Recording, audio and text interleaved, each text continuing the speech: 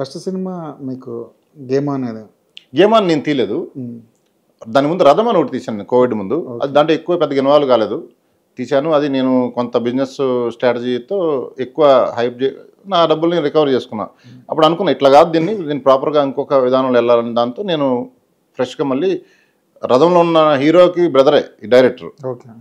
అప్పుడు వచ్చినప్పుడు సరే నువ్వు 2 మూవీలు ఉన్నాయి, గేమ్ ఆన్కి వేరే ప్రొడ్యూసర్ ఉంటే అది చేసిరా అని చెప్పి. యాక్చువల్లీ బాయ్స్ నేను ముందు స్టార్ట్ చేసి ఆపా. మళ్ళీ నువ్వు అది చేసిరా, ఇంకా నలుగుతావు, అప్పటికి ఎక్స్పీరియన్స్ వస్తుంది. అంటే మంచి యంగ్ బాగా డైనమిక్ డైరెక్టర్ అనమాట. చేసి వచ్చిన తర్వాత అది బాగా తీశాడు, ఏదో తెలిసిపోతుంది కదా మంచి టేకింగ్ అదంతా.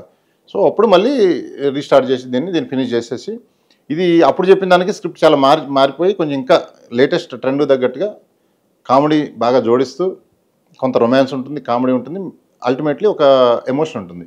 ఎమోషన్ లేకపోతే కట్టిపడేయలేము ఎక్కడ. ఇద్దరు వైఫ్ అండ్ హస్బెండ్ మధ్య ఎమోషన్ లేకపోయినా వాళ్ళిద్దరు విడిపోతారు. అదేవిధంగా ఆడియన్స్ సినిమా కనెక్ట్ కాడు. సేమ్ ఎక్కడైనా ఎమోషన్ ఈజ్ అ కనెక్షన్.